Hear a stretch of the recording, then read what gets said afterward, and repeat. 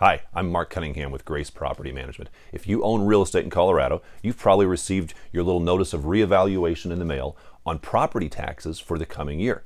Now, in years past in Colorado, when it comes time for reassessment of property taxes, things have been relatively flat. We've seen increases the last couple of years, but nothing dramatic. That's different this year. This year, we've seen increases on average anywhere from 40 to more than 60% of property values. That's a huge increase, and it's worth taking the time to look into so that you as a property owner and you as a landlord should consider whether or not you want to potentially protest your taxes. So here's a couple pieces of guidance on how that works. The first thing you need to do is to determine exactly what the county is saying your property is now worth. Most of us get something in the mail from our county assessor's office, and it's a little postcard-sized letter. And it says real big and bold on there, this is not a tax bill. They want you to know that. But you get this postcard in the mail, and it's simply your notice of the new valuation for the coming tax year. So you open up your little notice, and it's going to tell you the current value. It's going to tell you the new value, as well as some additional information on the property. And it gives you instructions on how to protest the taxes, because every county has them a little bit differently. Now, if you did not receive this in the mail, that's okay, because what you're going to want to do is go online to your assessor's office website. So just Google your county and then assessor's office. So Denver County Assessors, Jefferson County Assessors. Google that website. That will take you right to the assessor's office. You put in your property address and you find all that same information online that you would have received on the postcard, and it also tells you how to protest online. So that's step number one.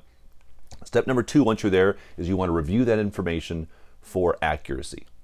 Let's make sure that the county says our property is accurate on things like characteristics, meaning does the square footage match up with what it actually is? If the county says you have more square footage than you actually have, that may be a reason that you could successfully protest the taxes. We also want to pay attention to things like the condition of the property as the county rates it, the bedroom and bathroom count, and the use classification. If the county has misclassified your use, that again could be a reason you could successfully protest and potentially reduce your taxes. Now, if all these things are correct as it relates to property characteristics, the next thing you want to do is look at the actual estimated value. This is the key one. This is the important one. Because if the county is overestimating your value, you can successfully appeal the taxes.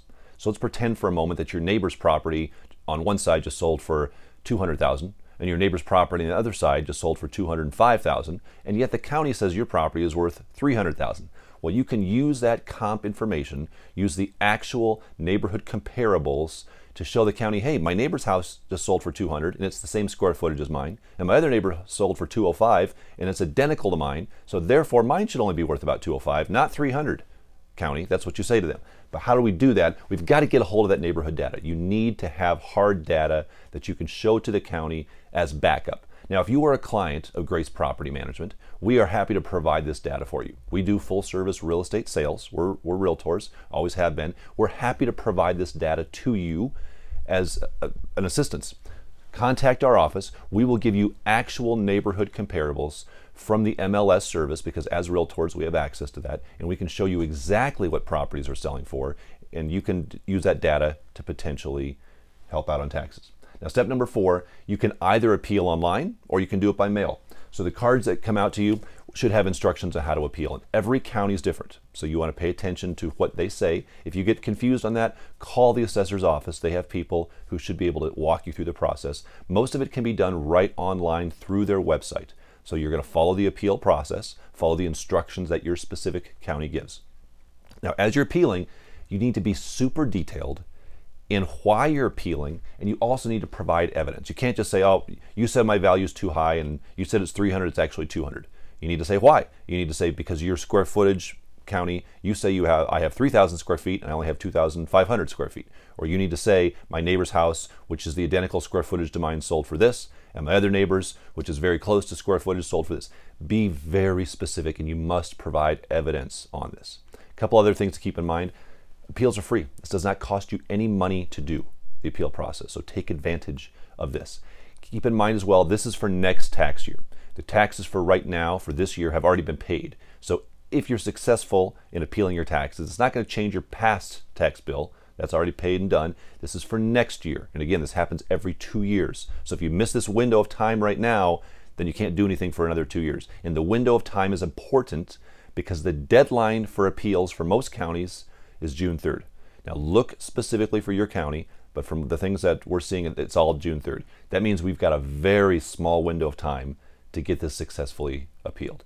This is a big deal. This is a way for you to save money on your taxes for next year and the year after that before they get reappealed. If you need help, assistance, contact our office. If you're one of our clients, we're happy to walk you through this process because we want to pay our fair share of taxes, but we don't want to overpay.